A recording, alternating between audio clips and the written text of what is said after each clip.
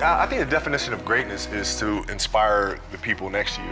It's not something that lives and dies with one person. It's how can you inspire a person to then in turn inspire another person that then inspires another person. And that's how you create something that I think lasts forever. And I think that's our challenge as people, is to figure out how our story can impact others and motivate them in a way to create their own greatness. Welcome to the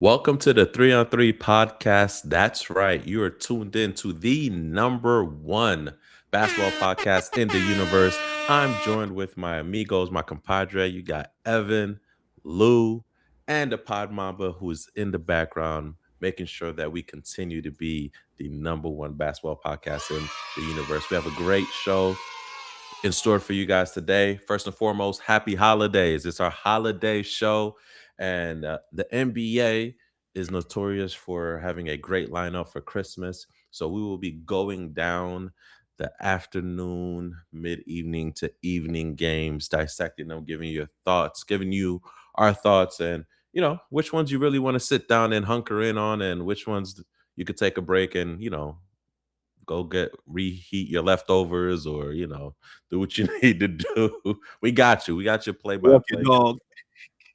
Yes, sir.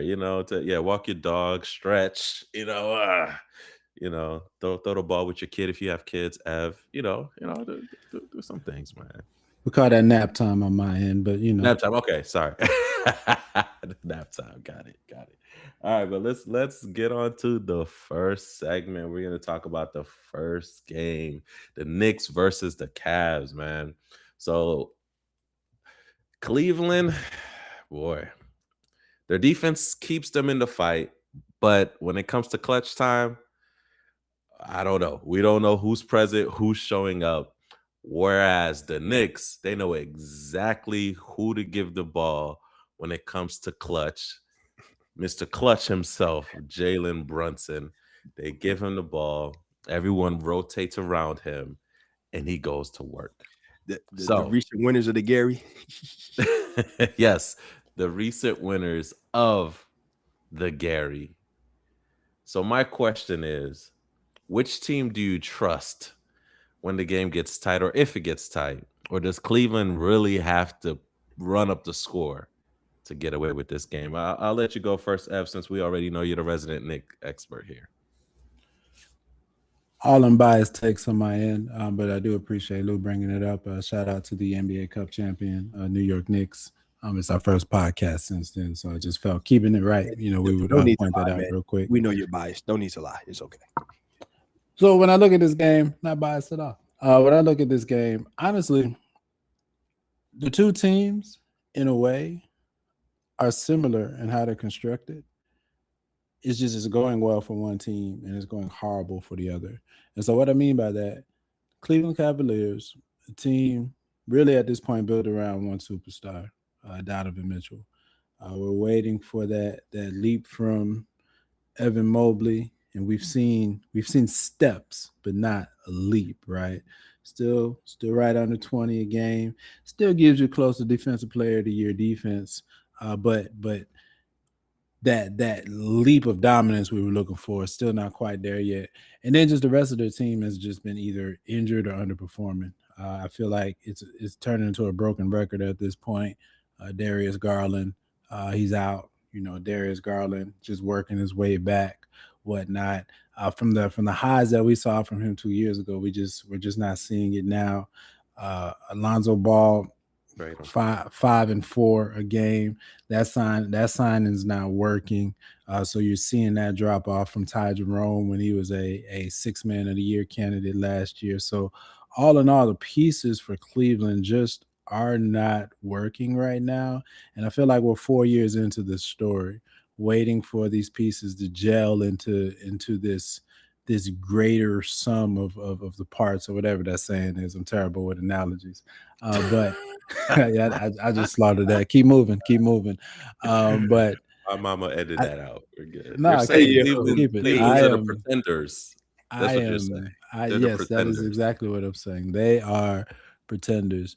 The Knicks, on the other hand, is exactly what you called out. They know exactly who they are. Their superstar, Mr. Clutch himself, Jalen Brunson, is not only a closer. We had a nice little game-winning three against the Pacers this past week, but he's also an opener, second in the league in first quarter points. And then the rest of the team is just gelled around him with consistent offense and defense.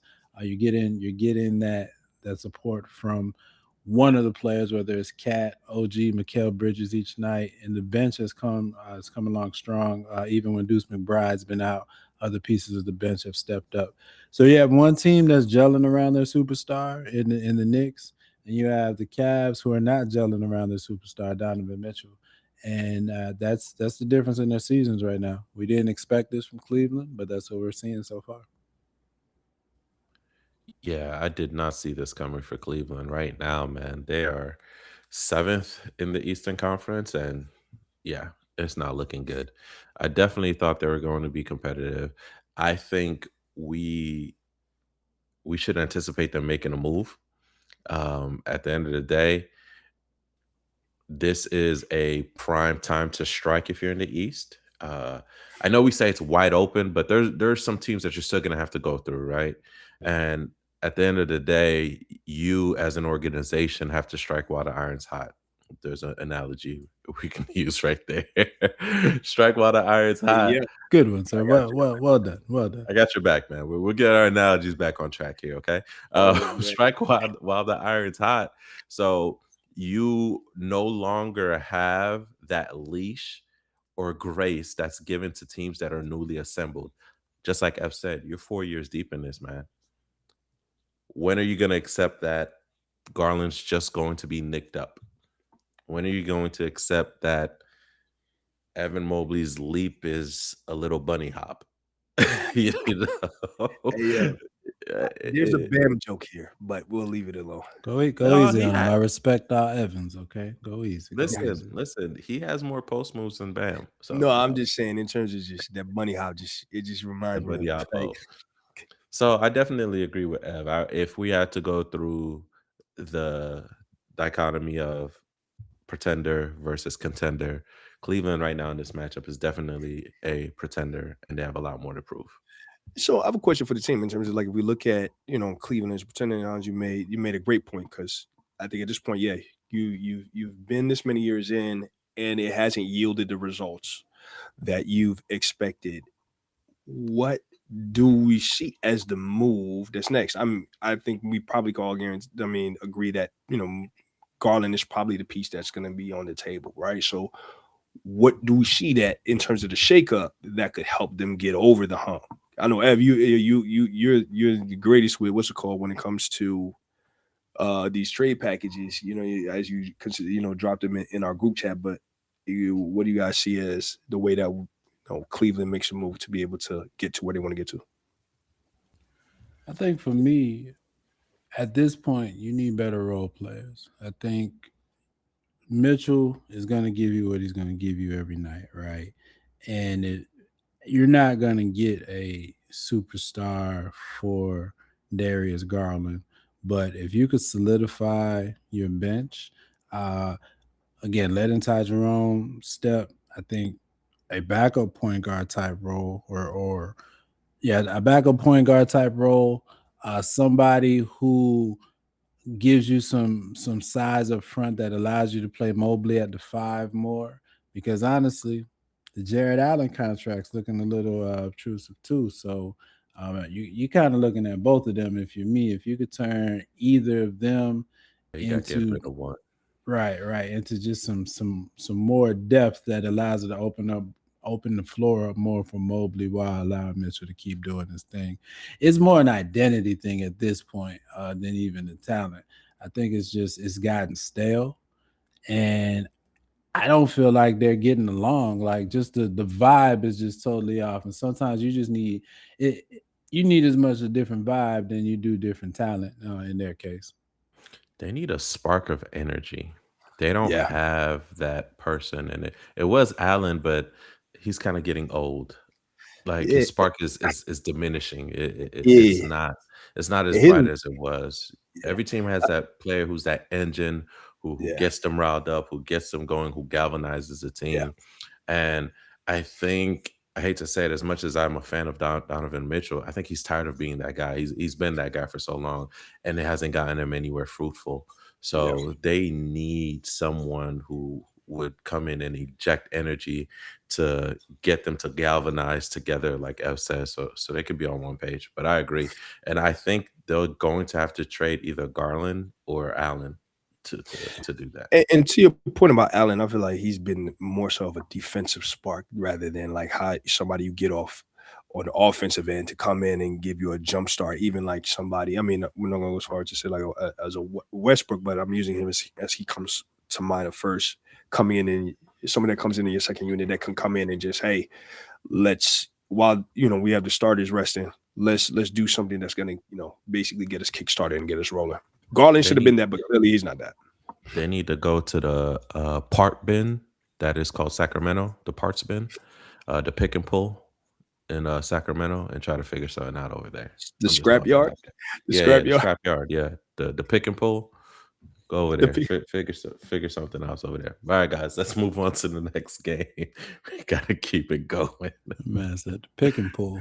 Pick and pull, man. If you know, you know. Just pull up, man. Yo, you. If you know, I need a carburetor. Listen, the yard sale, man, the junkyard, man, go get it.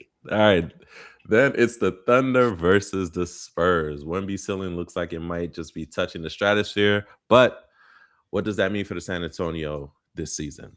OKC's half-court execution has been elite, but their transition reliance, there's some cracks now. There's blood in the water. They've stumbled a blip.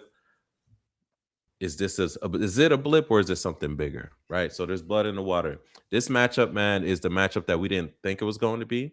When this schedule came out earlier this season, nobody had this circled. Nobody was saying this was going to be a rivalry. So shout out to the NBA Cup for making this actually be one of the main games that people are going to be tuning into. I'll start with you guys. I'll start with you, Lou, on the OKC angle. Since losing in that game in the Cup, they've lost some more. Do you think OKC has a problem, or are they coming back down to earth? Okay. Here, let's also just be clear about this, right? So, OKC has lost how many games? By the way, I was about to say no. That you went right to where we're going. So they've lost how many games? 2. Are we concerned because they lost 2 games? No, I'm not concerned right now. You know what I mean? If this of 3 total losses. I'm just saying, man. I'm giving you numbers, okay? I'm not knocking it at all. You know what? But I think that if we look at the losses they had, looking at San Antonio, the way it's been constructed, and we talked about this before, we're seeing how even when Wemby is not playing, how they've constructed a team where the fluidity and being able to play these multiple positions, right? We talk about how many guards they have and the point guards they have, and actually works to their benefit and to how they've been able to match up. And I think they match up well against OKC in general, right? OKC isn't a team that necessarily has like a lineup where you have this big center that you're going to be balling with. Like they're really guard heavy. And that's where they're able to be the most effective. So when you match up against a team like San Antonio, which also is guard heavy, it gives you a proper matchup where you can be able to then be able to match up against guys like Shea, Jay Will, and so on and so forth, to be able to then mitigate some runs that they're able to have, as opposed to how they play against other teams. And then, I think Minnesota just played a great game against OKC, and I gotta give it up to Ed, man. As he quoted Gil, he says, man, I'm going last shot, I'm going for the win. I ain't going for the tie. You know what I mean? So, and it was just a great shot, man. They played a great game. So I think this is just a blip, because I think they're going to adjust. One of the big criticisms of OKC is the fact that, everybody's saying, oh, you can't touch them. They foul a lot, and they are able to get to the line a lot because, they're getting these ticky-tack fouls because you can't touch Shea at all. But I think in general, if you just watch that, especially the Minnesota game, how they played and just how they were trading buckets is just great basketball that they're playing. And there's a lot of teams that are not playing how OKC is. I think they have a solid foundation, and I don't think that look, Shea's still he's an MVP candidate right now. That's not about to change right now just because they, stumbled a bit. Like for them to be right now, only have lost this many games and being this far ahead overall. Yeah, I don't think this is a worry at all for them. They're going to have to figure out how they're going to make sure that they can, plug in some of these holes and what's going on with them right now, and being able to, one, get back on one of the things that helped them be so successful last year. They need to be able to get as many turnovers, because when they get able to get turnovers, they're able to turn around and get easy baskets, fast break points, which they haven't been able to do. So I don't think it's an issue right now. I think they'll be fine, and then they'll still end up top of the table when it comes down to it at the end of the season. So with this matchup emerging on Christmas Day, Ev, do you think this is going to live up to everybody's expectation, or was it just the NBA Cup fever between these teams? I think it'll live up to the expectations simply from the standpoint that with the Spurs being where they are as a young team, we now have a pseudo rivalry in place that will carry for really as long as Wemby is healthy and on the court for the Spurs. Kind of how the Thunder and the T-Wolves were kind of pseudo rivalry themselves because you had Ant and Shea. I think it's going to be kind of the same now because you have Wemby and Shea, and you have this team that will always have, hey, we knocked you out of something one time. So there's always going to be a little chip on the shoulder when we play, right? And not only that, to lose point, the Thunder is still the measuring stick. They're still the measuring point, right? But the Spurs have now checked that box one time, right, in a small fashion. So they're always going to have that level of belief that, hey, we can do this again. We can keep doing it. What I think is cool is that the Spurs have kind of solidified themselves as a top four-ish team in the West right now, right? Currently number 2. Go ahead. Right. So this is a game that carries, it carries implications when things come down to a game or so at the end of the season, right? This is a game that you'll look back and say, okay, did they win this game or not? It could be the difference between them being in the 2 spot or the 3 spot or the 4, because I think it's going to be very close as it comes down.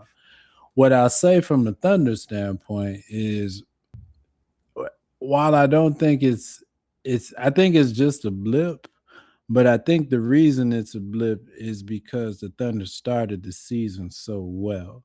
If they would have started the season and, has started the season like maybe 17-3, right? Or 16-4, and then went on a 25-3 run in the middle of the season, we're not looking at it the same way as, oh, are they faltering or whatnot? Although it would be the same level of record, right? It's prominent in our mind because we see them coming right off of a championship and coming in that hot. But there was always going to be a case where they lost a couple games in the period, right? The likelihood, and I'm not saying they're not going to, because I mean they're still on pace to break the Warriors' regular season record, right? But the likelihood of them doing so is still a tall task. So I think they're right where they were going to be, regardless. It's just in the order of the games and how they came out the gate. It seems a little stronger. What I will say though, go ahead. I'll say, how many things you gonna say, F? Dang. My bad, man. My bad. I get hot. Just say you done you said ain't too have to kill him like that, things. yo. You ain't even say, but I will say, hey, you have to do that to him now. Right? I was Like I didn't say it man, yet. Like I didn't say it yet. That's cool. Yeah, That's cool. I'm saying, man. I was like, I'm trying to but say. he will Make so your that's point. what I will. Say what you're gonna say, Ev. Go ahead. Nah, Go man. ahead. Nah. I forgot what I was gonna say. Okay, all right. So it wasn't okay. Got it. It wasn't important. So what am I'm just messing. I'll end this here because we do have to get to that last matchup. If I'm them, I possibly, which I know they won't do because they're young, I possibly sit out a couple people just to get that pressure of the record off of them. We saw what happened to the Warriors. They got the record, didn't get the chip. The goal is the chip. Mhm. My fear for them is that they get wrapped up in that goal and it becomes the ultimate goal and they lose sight of getting better and doing the things that happen naturally throughout a season, right? You're supposed to get better Gotta get and it get right. ready for the Yeah. playoffs. So that was my fear. I didn't mean to interrupt you, Abdul. If you want to do one more play before we go on to the last team for this segment. Listen, I start talking, I may go for a minute, but All right, well, I'll we can stop ask you. I'll ask you this though. Do you think them not winning the NBA Cup could ultimately be a good thing for them because it takes some of that pressure off? Like, had they won the NBA Cup, I think they'd be like full tilt on trying to break the Warriors record, right? Because they would try to do it all. But because Yes. they Yeah, didn't win the NBA Cup, do you think it shifts it Yes. to now? Listen, the focus is the championship, this is not why I this agree other with you stuff. because I feel like if they won the Gary, I don't think they necessarily care about the. I wouldn't say they don't care about the record, but it's like, can we get the Gary and the chip? You know what I mean, if we get the record, that's cool, but we already got an accolade on. Like we already got something on. So Yeah, I'm agreeing with Ev just because 2 episodes ago I called that was my take. They were gonna lose, and it was gonna be fuel for them to we get hate you, the Hans. Larry. So thank you for making me right, Ev, and shouting me out. I appreciate you, man. What a friend's for. I really God, hate you. man. Sorry, my God, man. All right, guys. So last minute or so we have. Let's talk about these Warriors and and the Mavs. So Cooper Flag, he's settling in. He's getting a lot better. The Warriors, they've been fighting with Phoenix lately. That's something. But they're basically trying to regain their legacy as a championship caliber team and they're adjusting. But let's be real. Out of these two teams, who's really going to solidify their legacy in this season or who has more of their legacy on the line? Dallas or the Golden State Warriors? The team that made the blockbuster trade and got the number one pick, uh, with the questionable means in which they were able to get such. Uh, there's a lot of expectations that came with them, this season, with AD and then having Kyrie, Cooper Flag, and you're hoping like, okay, cool, maybe this looks great, and they're able to make it make sense why that trade happened. But as we've seen their season pan out thus far, it doesn't look as such. I mean, Cooper looks good, but I think that in terms of Dallas, for them, the microscope is more on them than it is on Golden State. I think at this point, everybody's kind of accepted that Golden State is doing their farewell tour. And these guys, I don't think anybody's expecting Golden State to be a championship contender at this point, or for the foreseeable future of Steph's remaining career. So I think the pressure's more on Dallas. I think the problem with this game is that this is the clear nap game, but because you have both Steph I can't and stand it. Cooper Flag, you kind of have to watch it. So it's really like throwing off your daily schedule, right? Your Christmas schedule. If you're trying to find a weak point where you can get all 5 games in without not being totally ignorant of your family for the whole day, like maybe like you really get in the first quarter of this one and then disappear for a little bit, right? And then Now you come back in the fourth. come back midway through the fourth. That might be the play. I mean, if you got babies, go warm up the bottles. Yeah. This is the one you have on while you're doing other stuff. Yeah. Right. Yeah, it doesn't have enough star power in the narrative. Like if Kyrie was coming back this game, Yeah. it'd give me Yeah, a little more incentive. It'd still be the weakest game on the slate, but for it's, sure. I might give it halftime instead of one quarter, right? I might give it halftime, you You know. start at the third. Right. You get what I'm saying? So, it's really that. And if you think about the trajectory of each team, I'm basically echoing what Lou says. Dallas Mavericks, they're right outside of playing territory right now. They're not the last team in the West anymore, but that can change with one or two games, right? They're 11th right now. Exactly. They're 6-4 in their last 10. Yeah. Golden State, they're middle of the pack right now. They had these two interesting games against Phoenix where, Dylan Brooks was doing Dylan Brooks things and, Draymond was doing Draymond things. So you want to watch it for that, right? It wasn't really for the basketball per se. They just don't really have enough firepower basketball wise or narrative wise to warrant you sitting down for 2 hours to go through it. Simple question is like, somebody name the starting five on both teams. Can you name the starting five on both teams? And if you can, Golden State, maybe Dallas. I don't know. maybe But, exactly. So anywho. But we've all agreed this is your break right here. This game, go take a nap, feed the babies, go throw the ball around, go warm make up a your pizza snowball, pockets, depending where you're at in the country. Do refill what you the do. chip and dip bowls. Yeah, get some Whatever eggnog. time this game starts, where you're at, East Coast versus West Coast, the start time of this game is the time that you plan dinner to start.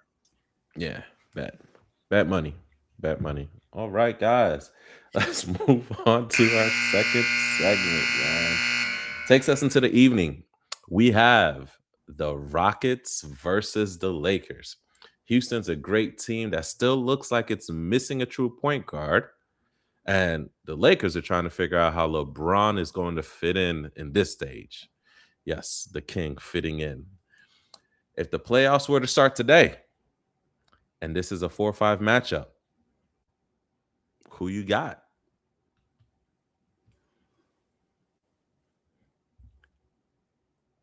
Uncomfortable pause, as we all think. It's I hard know to who I pick got. against. I think it's like the uncomfortable pause is like this. We in our hearts we don't want to admit something. Oh, I'll tell you who I got. Rockets. I know Eh, that's because that's pure hate.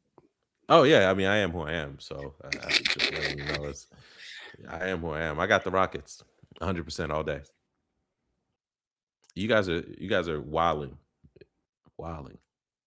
As much I think as I'm with you on that, I think my Mhm. challenge is Houston's crunch time decision making and crunch time offense just yeah. leaves a lot to be desired. There's too See, much Shingun. yeah. There's not enough movement. And I feel like they're not even doing enough to spring KD open in the fourth quarters, which keeps me at the point of, and it's a point I've been making since last year, 85%, 90% of KD looks the same, but doesn't necessarily operate the same when the game is at its tightest. And so that just concerns me. Go ahead, Lou. Part of what you mentioned, it was going to feed into the point that I was going to say in terms of kind of like what the matchup is going to hinge on who would have the edge, and I think it's come down to coaching. So I would have to lean, with Hans in terms of, even though Hans is not leaning, he's full blown standing 10 toes down on No Houston leaning. Rockets. No leaning at all. No This leaning. is just he's backflip dived into Rockets territory, but I would have to Prostrate. go. Go ahead. I'd have to go with the Rockets because I think that if I have to, because I think it comes down to coaching realistically, regardless of LeBron on the floor or not. And if I have to go JJ versus Udoka, I would take Udoka on this, and I think that he can maximize the pieces he has on the floor. And the thing is, yes, I understand in terms of Sengun point, but they're also, men top in the league in terms of offensive rating, and that doesn't come by mistake at this point, right? So I think that in terms of when it comes down to it, at the end of it, they can find a way to incorporate KD to be clutch at when it needs to be, and I don't think the Lakers have um, that same ability as the Rockets. Who's matching up with Sengun on in LA? That's what I was Oh, about to say. Like, how's know who's matching up with Shane Goon? Don't even start. yeah, Don't even start. Ayton. Dominating. Oh Yeah, my god. yeah. We want that though. We want that. Yeah, it's gonna get ate up.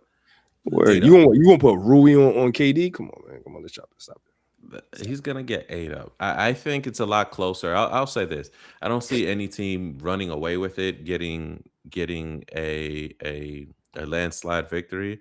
But I do definitely think it'd be a tight matchup. At the end of the day, we'd be foolish, right, to discount Luka. Any team that has explosive players like Luka, LeBron's not as explosive as he used to be, but he still is a game manager, right, which is a skill and an art within itself. You can control the manager, and then you have AR, right? You have AR. So I'm not gonna say they're completely out of it, but I still give the edge to the Rockets for the defensive side of the ball. I think that they have a clear edge defensively, whereas I think offensively they're a little close. I think the Rockets edged them defensively, which will in turn give them the win. But go ahead, Ev. What were you saying? Well, let me just clarify my statement real quick. Long term, I lean towards the Lakers. If that matchup were if the playoffs, Yeah, we're talking playoffs. Day, yeah, we're not talking Christmas Day. Yeah. But let me be clear. Yes. The Lakers don't have anybody this week.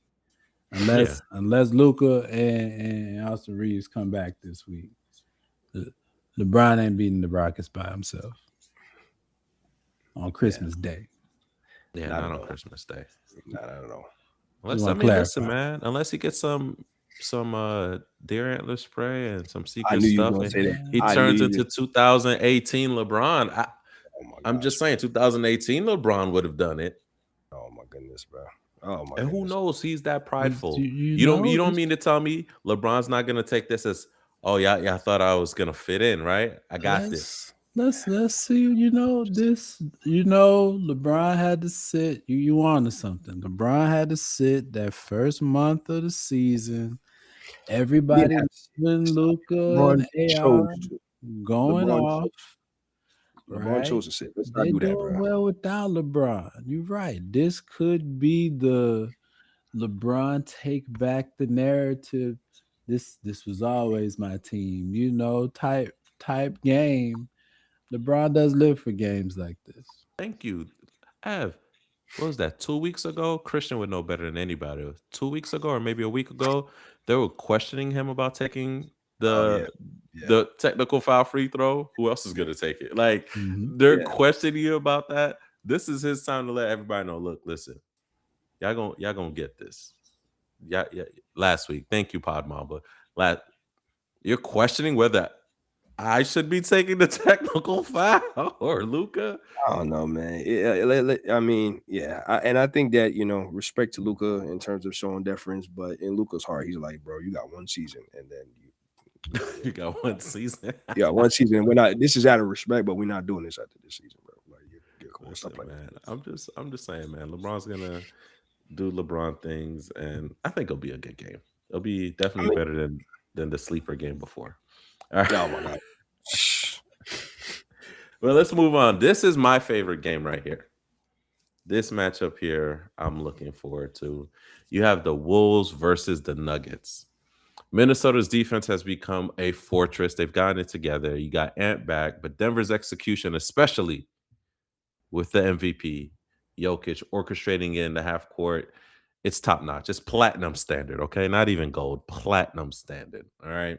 So we're going to ask the question, man. It's the year, is Anthony Edwards going to overcome the Denver Nuggets and let everybody know he's back to being one of the top players in the league? Back? Did he ever fall off? Well, he didn't start to it as he's been injured. So I understand, but if we're being honest, he's, according to his numbers, he's not even top 5 guard right now. So, just saying. Hey, we don't argue against the numbers here on the 3 I'm on just 3 podcast. saying. I'm just saying. No, And I'm I'm an not Ant disagreeing Man with you. fan. Hey, I'm I'm not an Ant-Man disagreeing with fan. you. We don't argue against numbers. You know what I mean? So, I'm just saying in general, if you were to step back, numbers outside. no, of in general, Yeah. 100%. Ant's that guy. agree. But Stop no, I playing understand with what you're saying in terms of like, for this game right here, what does he do? At the end of the day, he's like, it's Denver, bro. You playing against this boy Joker, man. Again, what year was he not an MVP candidate? me. Right. You When he know, was drafted during the Taco Bell commercial, probably that's the year.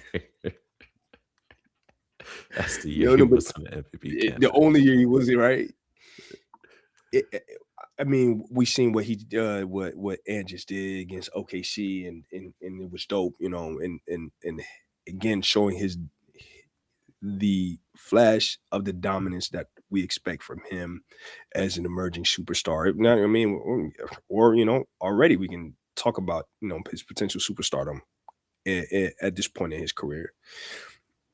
But the thing I'm worried about in terms is just the consistency of Minnesota, right? And then when you play against a team like Denver, who's sound on both sides of the ball, who has the floor general. And I mean, I know we usually talk about CP3 as the floor general, but what Jokic is able to do on the floor in terms of how he orchestrates, how Denver is able to operate even on both sides of the ball realistically. And again, continuously having the depth that they have on their team, it's tough for me to be able to say definitively that Minnesota can then win against this team. I mean, I think they're going to need a lot to be able to. They're going to have to come and bring that A game, that same type of game that they brought against OKC. They're going to need to bring that against Denver, and Ant is for sure going to have to show out. And then we talk about X factors, right? X factor doesn't necessarily mean that you're the best player on the floor, but Julius Randle, what are you going to do when you show up, right? What version of Julius Randle are we going to see? And He's been balling, though. Exactly. That's what I'm saying. And if that's the Julius Randle that shows up, yeah, it's not going to be an easy game at all for Denver. I think Minnesota definitely becomes formidable. And then as we talk about their defense, man, if they're able to be solid on the defensive end on the floor, just like on Denver side, right? We talk about who is their X factor is Jamal Murray, and if Jamal Murray can't show up, then we've seen how potentially that Denver can struggle. So it's just which versions of the teams are going to show up that game. But I think it's just going to be a great matchup, and I think it's a great way that they're going to end the Christmas games. Minnesota once again coming off of their slow burn to start the season, starting their ascent, climbing back up the standings. As last season, finally getting tired of spending their first part of the season in the play-in area, getting into top 6, I think maybe even top 5 as of tonight. So I feel like they're finding their stride at the right time. What I will say about this game is NBA. I know Jokic isn't from America, and I know Murray isn't from America, but Christmas is a worldwide holiday. Let these guys play the early game sometimes, man. 4 out of the last 6 years, Denver playing the late night game. Like, why can't they ever play early and get home to their family, man? Why they gotta always leave the house at 3-4 o'clock to come play the late game in Mountain Time? Because they make millions.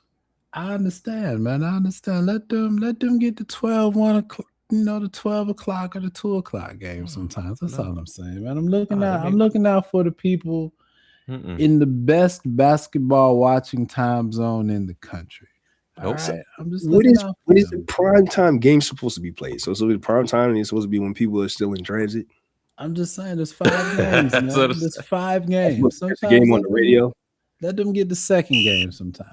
Nobody wants to end their game with Mavericks Golden State. Okay. You nobody know wants what to you end could the do then? day. Maybe go to sleep. I ain't giving Rudy Gobert any primetime matchups. All right. He gonna get the has late nothing to do with game. Rudy Gobert because he's probably like the 6th or 7th name on the list that people care about. So like I ain't giving him a Yeah. Christmas morning. You playing the Where's late the phone? game. Stop it.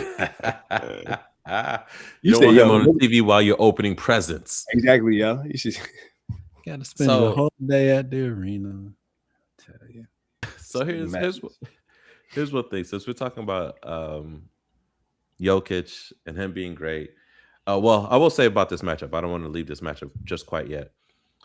Denver has been on a good run lately. What concerns me about Denver in this run is how they're finishing these games. Typically, when they were on their roll, right, especially the championship year, the way they were ending their games, it wasn't relying a lot upon Jokic heroics at the end. He had some, but that wasn't their main go-to.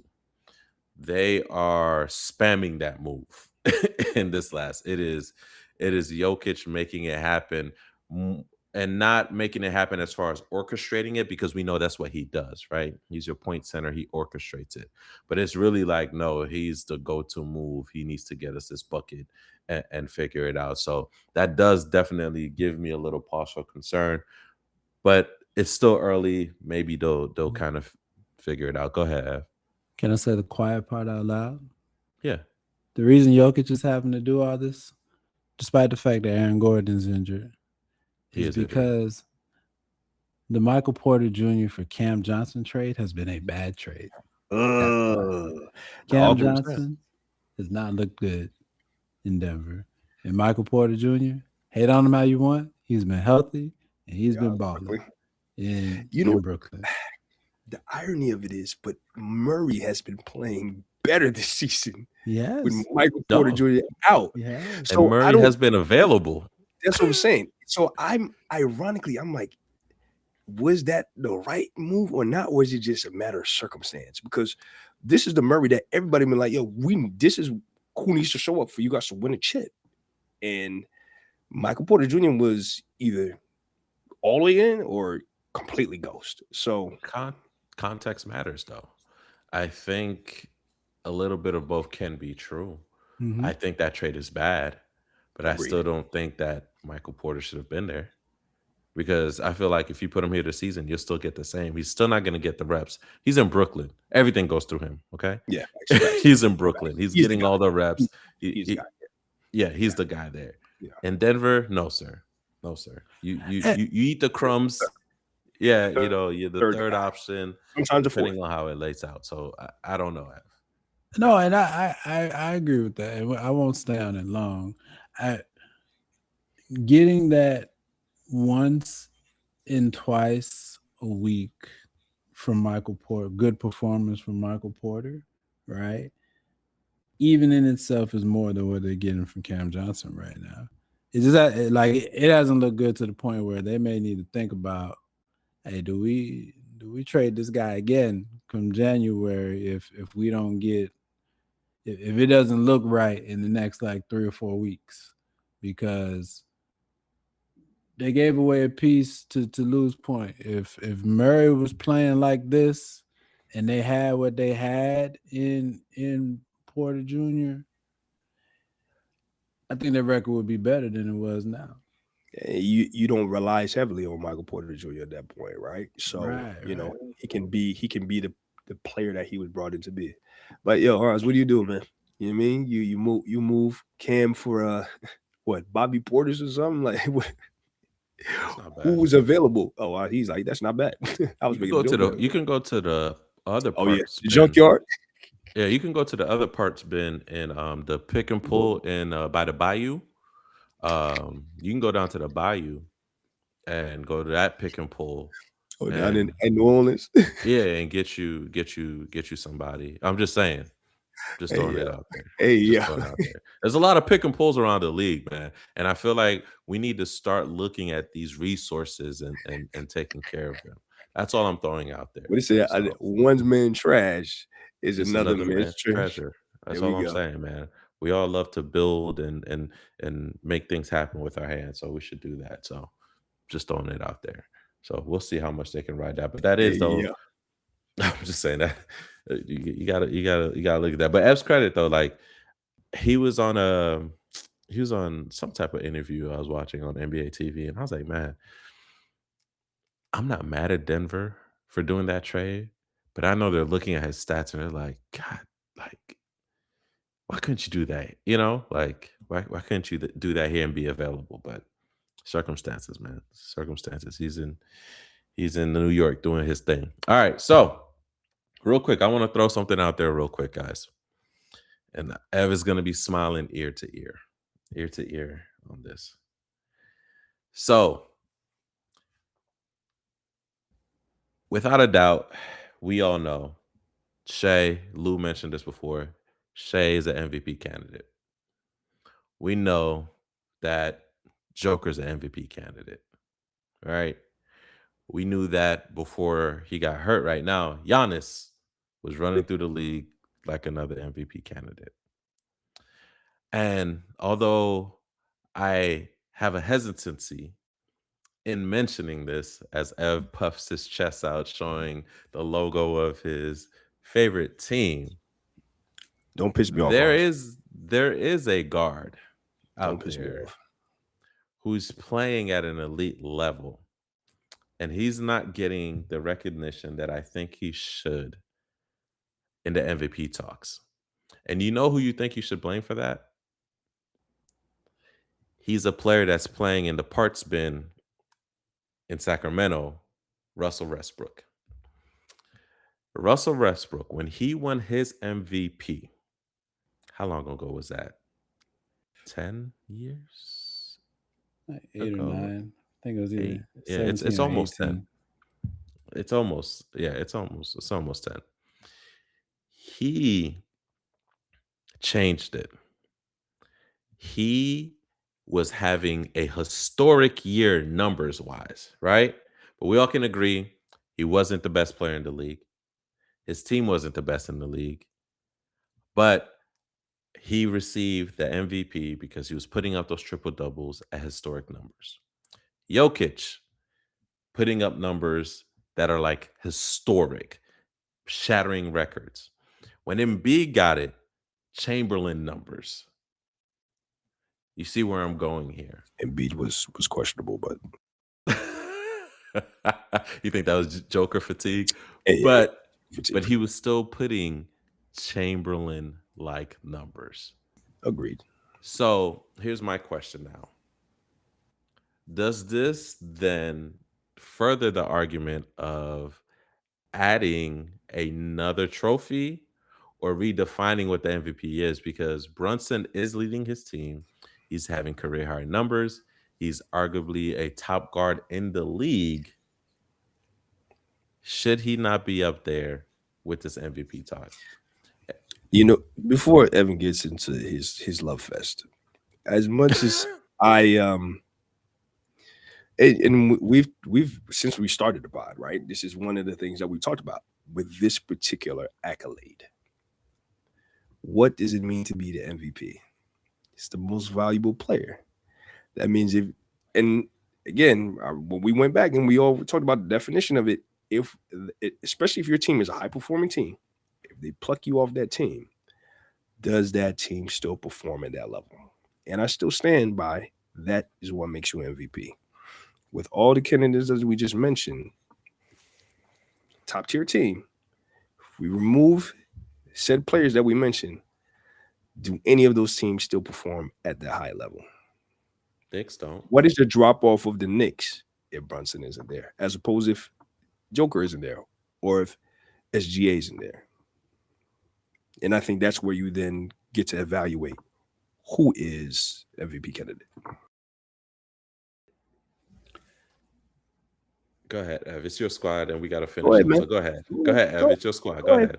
Gush in love. As much as y'all expect me to go in right now, y'all have heard my rant already about the respect that Jalen Brunson doesn't get. I think I did that last week, so I won't go too hard on that. I appreciate the recognition and the thought, Hans. What I'll say is a game. At the end of the day, the MVP is always going to be an inexact science, a narrative-driven award, right? So I get it. It's not even going to make me upset. But I do think, yes, Jalen Brunson should be in that discussion of consideration because he's having a tremendous year and he carries the city on his back. So I agree. Yes, yes. All right, guys, let's wrap it up on to our last segment of the show. Given it's the holiday season, naughty or nice. So we will go around and we will all reference one thing, person, or instance that we believe landed on the naughty or nice list thus far on the NBA season. I'll start off with you, Lou. You have something naughty or nice thus far in the NBA that we should be aware of? You know, there's one thing I was going to go on in terms of the naughty list, but I believe it's low hanging fruit, so I won't do that. One of the nicest things, actually, for me on the nice list, actually, that buzzer beater that Ed had. That's on my nice list because I love that he had the gusto and said, you know what, and he stayed true to the type of player he is, and this is the end that we seen, love, and expected to continue to rise in stardom into superstardom at some point, right? And for him to, quote the Gill and say, "Yo, I'm going for the win," you know what I mean, and went and got it against the top team in the league that everybody's just basically is writing off to be back in the championship. But to put that stamp in and says, "Oh no, we're not afraid of them and we hit the ball." So for me, that's on my nice list. Shout out to you, Ed. Nice. Okay. Way to avoid the low hanging fruit there. Shout out to you. Ev, what you got, man? What's something naughty or nice that you've seen thus far in the NBA that you want to put out there? Let me ask. I got a naughty and a nice. Am I going to be You able have to time. get both? You have time. You got Okay, time. I You got got time. time. All I right. made time just for you because I already knew. Oh, I okay. appreciate it. All right. So I'll go. right. I'll go nice first. In true Ed fashion, can't follow rules, but cool.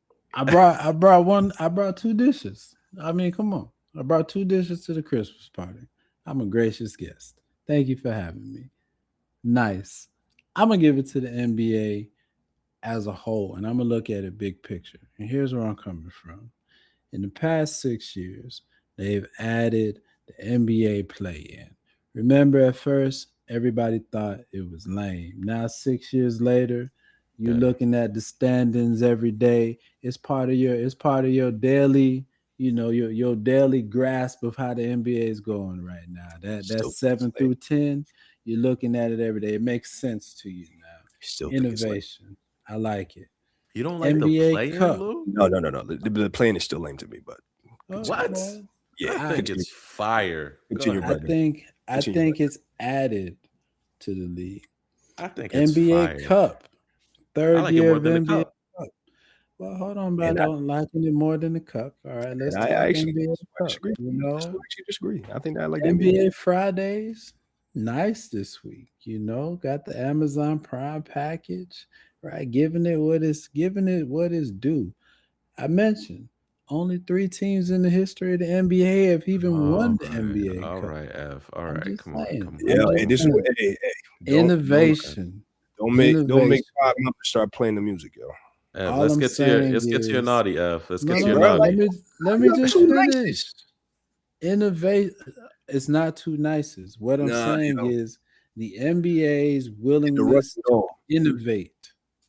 Just pick. I like it. NBA Europe is coming. I like the NBA's willingness to innovate for the product of basketball. That's nice. I feel it. Have some haters, boy.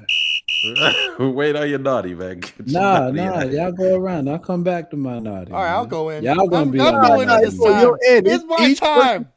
Okay. It's my time. All right. I'm talking. I'm Go talking. ahead. This is my podcast. Yeah, go ahead. All right. Nice list. The producer who decided to have Taylor Rooks in the Amazon package. Thank you, Lord. Thank you, Amazon. On the naughty All list. of us are John Wall. On the and I'll naughty leave it at list, that. the whole entire New York Knicks organization. Josh Hart with his big old thumb of Jalen Brunson's butt, sniffing his fingers during the press conference after. Oh Jalen Brunson's nickname no. being called Damian Lillard? Damian Lillard. Yeah, Oh, Domian. And James Dolan for being naughty for not hanging up the banner for the Gary. How dare you, bro? How dare you? Raise that banner. The NBA needs to make the NBA Cup a real thing. Why aren't you not hanging up that banner? It's not like you guys have any other banners to raise up. It's been over 50 years. Wow. Oh, wow. Jeez. In There it is. true pod Mamba fashion. You got something to say? Yup. Go ahead, man. Go ahead. When you have a team like the Lakers that try to take credit for whatever banners they can possibly take credit for. Oh my gosh. You mean them NBA Cup stolen banners, No. Minneapolis Minnesota Lakers? banners. We are good Y'all will partners do of the whatever y'all NBA. can do Good to partners of the add to NBA. They your asked us to banner raise the count. banner to legitimize the Just- NBA Cup. You Oh make my it in gosh. poor taste when you do it that way. You had okay? two major market teams that won the cup, so they would lead the league. They would be the trailblazers, no pun intended, in making it legitimizing the Gary if both of the largest markets in the NBA raised the banner. I'll leave it at that. Do you have a naughty? Good sir? I do have a naughty. And my naughty list, it's the NFL. Oh my! And here's gosh. why it's the NFL. Yeah, yeah. I know exactly where he's going with it. Christmas going. Day Traditionally is the has. NBA Day. Okay? And when Get you off try our to lawn. encroach on the NBA's territory, in the words of the color purple, until you do right by me, all of your Christmas Day games will be meaningless. That's the thumbnail, No Christian. playoff implications. That's the thumbnail. NFL, naughty on you for trying to continue to encroach on the NBA's hallowed ground. They'll argue that it's Thursday night football.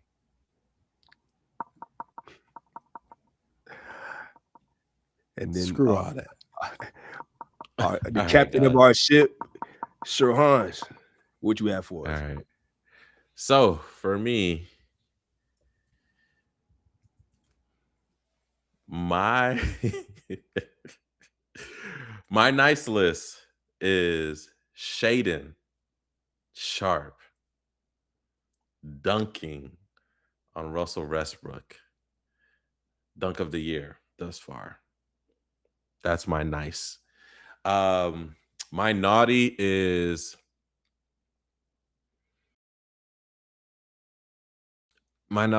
gonna be another Blazers take. My naughty. Just stay up. Whatever. Stay home. My man said we don't get enough Blazers in this We don't get show, enough so Blazer we're gonna content hijack the here. segment. Hey man, get him off. Get him off. You know what I'm saying? My naughty list is Scoot not enough Henderson's calf. people. Oh, sorry. Hamstring. My bad. Keep going. Not enough people are out here recognizing that Denny Avia needs to be on the All-Star this year. That man is averaging 25 plus points this year. He's balling. Put Denny as an All-Star coaches. Do right. Fans, you don't even know who he is. Christian ain't know who he was. I get it. Y'all not going to vote for him. Coaches, y'all know who that man is. Don't do that. Make that man an All-Star this year. That's it. The Washington Wizards community knows who he is, unfortunately. Yeah. Well, that's not saying much. So don't hold that against him, okay? You don't get to pick who he played for. But he's balling right now. So that's my naughty that I feel like they're gonna snub him already. I feel it in my bones. But anywho. But guys, thank you so much for joining us. Share with us via social media. What's naughty? What's nice? What have you seen in NBA thus far, and where does it land? As always, hit us up. Interact with us on our socials. We love you. Happy holidays, everyone. Happy holidays, fellas. Hope you guys enjoy it and spend time with your family. Take care. Peace out. See you next week. What's up, guys, and thanks for listening. I want you to do two things for me right now. One, give this episode a thumbs up, and two, be sure to subscribe to our channel. You can also follow us on all the socials at the 3on3 Podcast and send us an email at the 3on3podcast@gmail.com. We appreciate you and tune in next week.